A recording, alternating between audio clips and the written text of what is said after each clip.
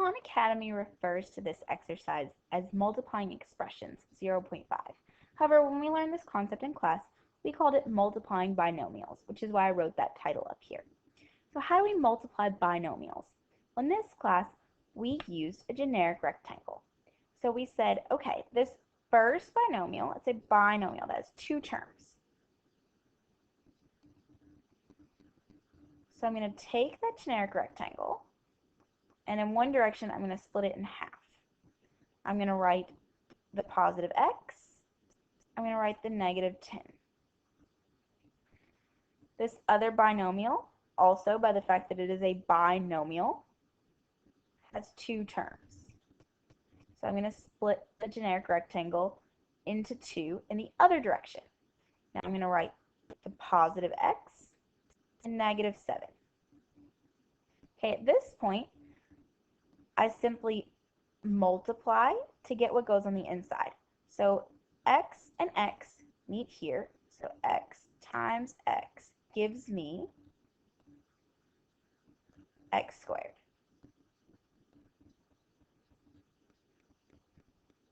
Okay, negative 10 and x meet here. So negative 10 times a positive x is negative 10x.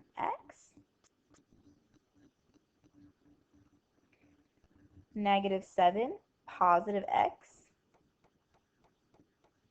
meet in this box.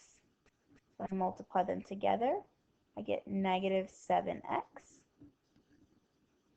And lastly, negative 10 on the left, negative 7 at the bottom meet here. So when I multiply them together, I get a positive 70, since a negative times a negative is a positive.